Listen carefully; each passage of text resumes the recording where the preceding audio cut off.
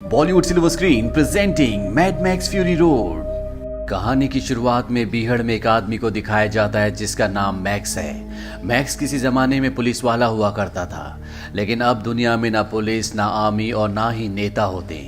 दुनिया में आपस में न्यूक्लियर वॉर हुआ। न्यूक्लियर वॉर के बाद हवा जहरीली हो गई, पूरी धरती बंजर हो गई और अब धरती पर कुछ ही लोग बचे हैं। मैक्स को अपने परिवार के विजन्स आते हैं, जिन सब की अब मृत्यु हो चुकी है। मैक्स अपनी गाड़ी में यहाँ से आगे निकलता है और तभी यहाँ पर गाड़ियों का एक काफिला आता है जो मैक्स की गाड़ी पर टक्कर मारकर उसे पलटा देते हैं। इसके बाद मैक्स को बंदी बना लिया जाता है। ये लोग मैक्स को अपने साथ ले जाते हैं। उसकी पीठ पर टैटू बनाया जाता है जिस पर लिखा जाता है O नेगेटिव, जो कि मैक्स का ब्लड ग्रुप है। वो एक यूनिवर्सल डोनर है। दरअसल इन लोगों ने मैक्स को अपना गुलाम बना लिया है और इससे पहले कि ये अपनी गुलामी की मोहर उसे लगाते, मैक्स इनके चुंगल से भाग जाता है। पर ये लोग किसी तरह से मैक्स को एक बार फिर से पकड़ लेते हैं। ये जितने भी लोग हैं सब के सब इमॉर्टन जो के लिए काम करते हैं। इमॉर्टन जो यहाँ पर सबसे ताकतवर इंसान है। वो अपने चेहरे पर एक खास तरह का शिकंजा पहनता है जिसके दोनों साइड 2 पाइप लगे होते हैं। इस शिकंजे के जरिए ही वो सांस ले पाता है, यानी कि उसे जिंदा रहने के लिए शिकंजे को पहनना जरूरी है। इमॉर्टन जो जिस जगह रहता है वो पहाड़ी की एक चोटी है। नीचे बहुत सारे लोग होते हैं जो सब के सब बहुत कमजोर होते हैं। इमॉर्टन जो उन सबको कहता है कि मेरे जरिए ही तुम सब ऊपर उठोगे, मैं मुक्तिदाता हूँ। इसके बाद वो ऊपर से पानी छोड़ता है। पानी देखकर यहाँ पर सब लोग बहुत खुश हो जाते हैं। इस दौर में पानी की बहुत कमी है। लोग भूख से, प्यास से लगातार मर रहे होते हैं, इसीलिए सब पानी के लिए लड़ते हैं। यहीं पर एक लड़की को दिखाया जाता है जिसका नाम फ्यूरियोसा होता है और ये भी इमॉर्टन जो के लिए काम करती है। इमॉर्टन जो ने इसे अपने कुछ लोगों के साथ फ्यूल स्टेशन से फ्यूल लेने के लिए भेजा होता है, पर इससे पहले कि ये फ्यूल स्टेशन पहुंचती, ये अपनी गाड़ी पूरब की तरफ मोड़ लेती है। उसका एक आदमी पूछता भी है कि हमें सीधा जाना था, लेकिन फ्यूरियोसा कहती है कि हम पूरब की तरफ जाएंगे। उसका ऑर्डर कोई भी टाल नहीं सकता क्योंकि वो सबसे सीनियर है, इसीलिए सभी गाड़ियां पूरब की ओर निकल पड़ती है। ये पूरा नजारा इमॉर्टन जो ऊपर से दूरबीन से देख लेता है। वो भागता हुआ एक चेंबर के अंदर जाता है जहां पर उसने 5 लड़कियों को बंदी बनाकर रखा था, जो लड़कियां उसके लिए बच्चे पैदा करेंगी ताकि उसका वंश आगे चल सके। पर अब वो 5 की 5 लड़कियां यहाँ से गायब है। वो समझ जाता है कि फ्यूरियोसा उन्हें अपने साथ ले गई है। वो अपने लोगों को उनका पीछा करने के लिए कहता है। इमोटेंट की आर्मी ये सुनकर बहुत खुश हो जाती है क्योंकि वो इमोटेंट के लिए अपनी जान तक देने के लिए तैयार है। इमोटेंट जो की आर्मी का नाम वॉर बॉयज है। न्यूक्लियर रेडिएशन की वजह से ये एक बीमारी से ग्रस्त हैं, जिस वजह से इन सब को खून की जरूरत होती है और इसीलिए इन्होंने मैक्स को बंदी बनाया होता है। यहाँ पर एक वॉर बॉय को दिखाया जाता है जो बहुत कमजोर होता है, लेकिन वो फ्यूरियोसा को किसी भी तरह से पकड़ना चाहता है, इसीलिए वो अपनी गाड़ी के आगे मैक्स को बांध देता है। मैक्स के शरीर से एक पाइप निकल रहा होता है जिससे खून उस वॉर सोल्जर की बॉडी में जा रहा होता है ताकि उसको एनर्जी मिलती रहे और वो जंग में शामिल होकर इमॉर्टन जो के लिए अपनी जान देकर शहीद हो सके। यहाँ पर शहीद होना एक फख्र की बात होती है। वहीं फ्यूरियोसा को दिखाया जाता है जो दूसरे लोगों के इलाके में पहुंच जाती है और वो लोग गाड़ी लेकर उसका पीछा करना शुरू कर देते हैं। यहाँ पर फ्यूरियोसा के जितने भी साथी होते हैं एक एक करके सभी मारे जाते हैं। पर अब इमॉर्टन जो की वो सेना जो फ्यूरियोसा को पकड़ना चाहती है वो यहाँ पर पहुंच जाते हैं और जो दूसरे इलाके के लोग होते हैं वो उनसे लड़ते हैं और एक एक करके वो उन सबको मार देते हैं। पर इससे पहले कि फ्यूरियोसा को ये पकड़ते, सामने एक बहुत बड़ा तूफान आ रहा होता है। फ्यूरियोसा अपनी गाड़ी लेकर उस तूफान के अंदर चली जाती है, लेकिन वो वॉर सोल्जर जिसकी गाड़ी के आगे मैक्स बंधा होता है वो भी फ्यूरियोसा का पीछा करते करते तूफान के अंदर एंट्री कर जाता है और जब वो फ्यूरियोसा की गाड़ी के पास होता है तो वो अपनी गाड़ी के अंदर बहुत सारा पेट्रोल डाल देता है क्योंकि वो अपनी गाड़ी में आग लगाकर ब्लास्ट करके अपनी जान देकर फ्यूरियोसा को रोकना चाहता है। पर इससे पहले कि वो ब्लास्ट करता, मैक्स उसका हाथ पकड़ लेता है और अगले पल उसकी गाड़ी फ्यूरियोसा की बड़ी गाड़ी से टकराती है। वॉर सोल्जर की गाड़ी पलट जाती है। अगली सुबह दिखाया जाता है कि तूफान पूरी तरह से शांत हो चुका है। मैक्स जिंदा है पर वॉर सोल्जर मारा गया। वो उससे जंजीर से बंधा होता है, इसीलिए वो उसे उठाकर अपने कंधे पर उस गाड़ी तक ले जाता है जिस गाड़ी में फ्यूरियोसा 5 लड़कियों के साथ भागी थी। वो 5 लड़कियां वहां पर होती है।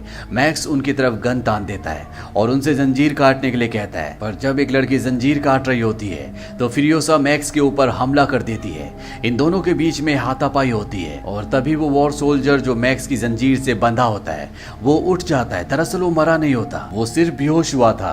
वो किसी भी कीमत पर फ्यूरियोसा को पकड़ना चाहता है ताकि इमोर्टेंट जो उसे मुंह मांगा इनाम दे। मैक्स और वॉर सोल्जर दोनों मिलकर फ्यूरियोसा को पूरी तरह से अपने कब्जे में ले लेते हैं। वॉर सोल्जर ये देखकर खुश हो जाता है। वो मैक्स की जंजीर काट देता है, लेकिन मैक्स उसे पंच मारकर गाड़ी लेकर यहाँ से निकल जाता है। फ्यूरियोसा के साथ जो 5 लड़कियां होती हैं जिन्हें वो इमोर्टेंट जो की कैद से छुड़ा कर लाई है, वो उन्हें कहती है कि अगर बचना है तो मेरे साथ चलो, क्योंकि पीछे से इमोर्टेंट जो की पूरी सेना इन्हें पकड़ने के लिए आ रही होती है। फ्यूरियोसा उस गाड़ी की तरफ भागती जो मैक्स यहाँ से लेकर चला था। वो कुछ ही दूर जाकर रुक गया होता है। फ्यूरियोसा वहां पहुंच जाती है। मैक्स से कहती है कि मैंने इसमें एक सीक्वेंस सेट किया है, ये मेरे बिना नहीं चल सकता, इसीलिए मैक्स को इन सब को अपने साथ गाड़ी में यहाँ से लेकर जाना पड़ता है। ये सब के सब आगे बढ़ते हुए पहाड़ी चट्टानों के पास पहुंच जाते हैं। यहाँ पर एक गैंग होता है, ये इलाका उनका है। फ्यूरियोसा कहती है कि मैंने इनसे डील की थी, ये हमें यहाँ से जाने दें, मुझे नहीं पता कि ये हमें जाने देंगे कि नहीं। वो 5 लड़कियों को और मैक्स को गाड़ी के अंदर छुपने के लिए कहती है और इसके बाद वो उनके इलाके में एंटर कर जाती है। यहाँ पर इन लोगों का जो सरदार होता है वो कहता है तुमने कहा था कि कुछ ही लोग तुम्हारा पीछा करेंगे, लेकिन यहाँ पर 3 जंगी पार्टियां तुम्हारा पीछा कर रही है। फ्यूरियोसा ने यहाँ से गुजरने के बदले इन्हें तेल देने का वादा किया था, जो इनकी गाड़ी के पीछे एक गोल से टैंकर में होता है। पर इससे पहले कि वो उस टैंकर को अलग करती, फ्यूरियोसा देखती है कि पीछे से इमोर्टेंट जो अपने लोगों के साथ इन तक पहुंचने वाला होता है। इसीलिए मैक्स गाड़ी स्टार्ट करता है और यहाँ से निकाल लेता है। फ्यूरियोसा गाड़ी में किसी तरह से बैठ जाती है। जिन लोगों का ये इलाका है वो सामने की एक चट्टान को ब्लास्ट कर देते हैं, जिससे अंदर आने का रास्ता पूरी तरह से बंद हो जाता है। इमोर्टेंट जो और उसकी आर्मी, जिसका नाम वॉर बॉयज है, वो सब बाहर ही रुक जाते हैं। अब ये जिन लोगों का इलाका होता है ये सब के सब एक्सपर्ट बाइकर्स होते हैं। ये अपनी बाइक्स पर मैक्स का और फ्यूरियोसा का पीछा करना शुरू करते हैं, पर मैक्स और फ्यूरियोसा एक एक करके यहाँ पर इन सभी बाइकर्स को मार देते हैं। पर इससे पहले कि वो इस जगह से आगे बढ़ते, इमोर्टेंट जो अपनी गाड़ी से अपने लोगों के साथ इनकी गाड़ी तक पहुंच जाता है। इमोर्टेंट जो फ्यूरियोसा को गोली मारने वाला होता है कि तभी उन 5 लड़कियों में से एक लड़की को गाड़ी के बाहर खड़ा कर दिया जाता है। ये लड़की प्रेग्नेंट होती है, इसके पेट में इमोर्टेंट जो का बच्चा होता है, इसीलिए इमोर्टेंट जो उस पर फायरिंग नहीं करता, क्योंकि वो किसी भी कीमत पर अपने बच्चे को नुकसान नहीं पहुंचाना चाहता। ये उसके लिए बहुत जरूरी है, ये उसका वंश है। पर वो फ्यूरियोसा की गाड़ी रोकने की पूरी कोशिश करता है। वो अपनी गाड़ी से एक जंजीर फायरिंग करते हैं और वो जंजीर इनके स्टीयरिंग पर अटक जाती है, जिस वजह से ये अपनी गाड़ी को अब कंट्रोल नहीं कर सकते। पर तभी वो लड़की जो प्रेग्नेंट होती है वो गाड़ी से बाहर निकलती है और जंजीर काट देती है। पर इससे पहले कि गाड़ी को कंट्रोल कर पाते, ये देखते हैं कि सामने चट्टान है। ये किसी तरह से अपनी गाड़ी को मोड़ते हैं, पर इनकी गाड़ी का दरवाजा उससे टकरा जाता है। वो लड़की जिसने जंजीर काटी थी वो अभी भी गाड़ी के बाहर होती है, और जब वो गाड़ी के अंदर आने की कोशिश करती है तो उसका पैर फिसल जाता है और वो दरवाजे पर लटक जाती है। दरवाजा टूट जाता है और उस जमीन पर गिर जाती है। पीछे से इमोर्टेंट जो आ रहा होता है वो उसे बचाने के लिए अपनी गाड़ी को लेफ्ट साइड टर्न करता है, जिससे उसकी गाड़ी पलट जाती है। इमोर्टेंट जो अपनी गाड़ी से बाहर निकलता है और वो देखता है कि उसकी स्लेव, जिसके पेट में उसका बच्चा है, वो बुरी तरह से जख्मी है, वो अपनी जिंदगी की आखिरी सांसें ले रही है। ये देखकर इमोर्टेंट जो दर्द से कर्रा उठता है। वही मैक्स और फ्यूरियोसा लगातार आगे बढ़ रहे होते हैं। इनकी गाड़ी में इमोर्टेंट जो का वो आदमी भी छुपा हुआ होता है जिसका नाम नक्स है, जिसने कहानी की शुरुआत में मैक्स को अपनी गाड़ी के आगे बांधा था और उसके शरीर से खून निकालकर अपने शरीर में डाल रहा था। नक्स यहाँ पर बहुत परेशान होता है। वो कहता है कि मुझे मौका मिला था, मैं तुम लोगों को पकड़कर इमोर्टेंट जो को खुश कर सकता था, अपने साथियों के साथ जन्नत जा सकता था, पर मैंने अपने सारे मौके खो दिए। अब गाड़ी में जो 4 लड़कियां होती हैं, इन्हीं में से एक लड़की उसे समझाती है। वो कहती कि शायद तुम्हारा भाग्य कुछ और है। वो प्यार से उसके होंठों पर हाथ लगाती है। नक्स पूरी तरह से शांत हो जाता है। वहीं इनकी गाड़ी को चलते चलते पूरा दिन हो चुका है, अब रात हो जाती है। मैक्स और फ्यूरियोसा देखते हैं कि अभी भी इमोर्टेंट जो की गाड़ियों का पूरा काफिला इनका पीछा कर रहा होता है। इसीलिए मैक्स जमीन पर डायनामाइट बिछाकर अपनी गाड़ी लेकर वहां से निकल जाता है, और जब इमोर्टेंट जो का पूरा काफिला उस डायनामाइट के ऊपर आता है तो यहाँ पर ब्लास्ट होते हैं, जिस वजह से इनकी सभी गाड़ियां वहां पर रुक जाती है। पर एक गाड़ी यहाँ से निकलकर आगे बढ़ जाती है और वो लगातार मैक्स और फ्यूरियोसा की गाड़ी का पीछा कर रही होती है। और इससे पहले कि मैक्स और फ्यूरियोसा यहाँ से निकल पाते, उनकी गाड़ी का टायर एक दलदल में धंस जाता है, जिस वजह से वो आगे नहीं बढ़ पाते। इनके साथ जो नक्स है, जो इन्हें पहले मारना चाहता था, अब वो इनकी मदद करना चाहता है। वो कहता है कि सामने एक सूखा हुआ पेड़ है, हमें गाड़ी की केबल को उस पर बांधना चाहिए ताकि हम अपनी गाड़ी को दलदल से निकाल सकें। और अब ये गाड़ी की केबल को उस सूखे हुए पेड़ पर बांध देते हैं। तभी वो गाड़ी जो इनका पीछा कर रही होती है वो इन तक पहुंच जाती है। वो लगातार इन पर गोलियां चलाती है और इससे पहले कि वो इन सबको मार देते इनकी गाड़ी दलदल से निकल जाती है।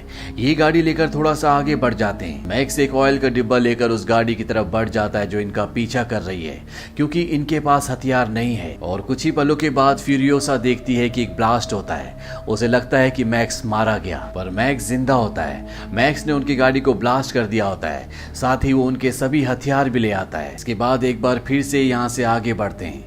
पूरी रात गाड़ी चलाने के बाद सुबह जब ये रेगिस्तान से आगे बढ़ रहे होते हैं तो फ्यूरियोसा को एक टावर दिखता है। वो बताती है कि बचपन में मैं जिस जगह रहती थी वहां भी ऐसा ही टावर था। ये उस टावर के पास पहुंच जाते हैं। फ्यूरियोसा वहां पहुंचने के बाद अपना नाम बताती है, अपने कबीले का नाम बताती है, साथ ही वो अपनी मॉम का नाम भी बताती है। और अगले पल इनके पास बहुत सारे बाइकर्स आते हैं। ये सब की सब फीमेल्स होते हैं। फ्यूरियोसा यहाँ पर अपनी मॉम से भी मिलती है। ये सब फ्यूरियोसा को पहचान लेते हैं। फ्यूरियोसा बताती है कि मेरे साथ जो ये 4 लड़कियां हैं मैं इन्हें ग्रीन प्लेस ले जाना चाहती हूँ। पर तभी एक बूढ़ी औरत उसे बताती है कि जिस तरफ से तुम आ रहे हो वही ग्रीन प्लेस था जो पहले रहने लायक था, पर अब वहां रहा नहीं जा सकता। फ्यूरियोसा को सुनकर बहुत दुख होता है। इसके बाद ये सब के सब प्लान बनाते हैं कि ये सूखे हुए समंदर के उस पार जाएंगे ताकि अपने लिए नया घर ढूंढ सके। पर मैक्स इनके साथ नहीं जाता, वो अपनी राह खुद चुनना चाहता है। जब सब के सब चले जाते हैं तभी मैक्स को एक छोटी लड़की के विजन्स आते हैं। वो कहती है कि तुमने वादा किया था कि तुम मुझे बचाओगे, पर तुम मुझे बचा नहीं सके। मैक्स अपने पास्ट में इस लड़की की जान नहीं बचा पाया था।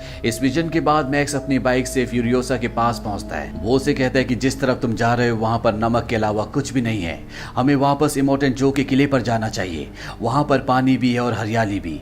एक बार अगर हमने उसे अपने कब्जे में ले लिया तो सब कुछ ठीक हो जाएगा। मैक्स की बात से सब सहमत होते हैं और एक बार फिर से ये उसी गाड़ी से जिस गाड़ी में तेल का टैंकर होता है इमोर्टेंट जो के किले की तरफ जाना शुरू करते हैं। रास्ते में इमोर्टेंट जो और उसके आदमी इनकी गाड़ी को देख लेते हैं। इमोर्टेंट जो समझ जाता है कि ये किले की तरफ जा रहे हैं, क्योंकि किले पर सैनिक नहीं है इसीलिए किले पर कब्जा करना चाहते हैं। इमोर्टेंट जो अपने आदमियों के साथ इनका पीछा करना शुरू कर देता है। मैक्स और फ्यूरियोसा इनके कई लोगों को मार देते हैं, पर इमोर्टेंट जो उन 4 लड़कियों में से एक लड़की को पकड़ लेता है। पर फ्यूरियोसा किसी तरह से इमोर्टेंट जो की गाड़ी तक पहुंच जाती है और वो उसके मास्क को खींच कर निकाल देती है, जिससे उसकी मृत्यु हो जाती है। पर अब भी उसके बहुत सारे वॉर बॉयज होते जो इन सबको मारना चाहते हैं। नक्श जो गाड़ी चला रहा होता है उसमें तेल का टैंकर होता है।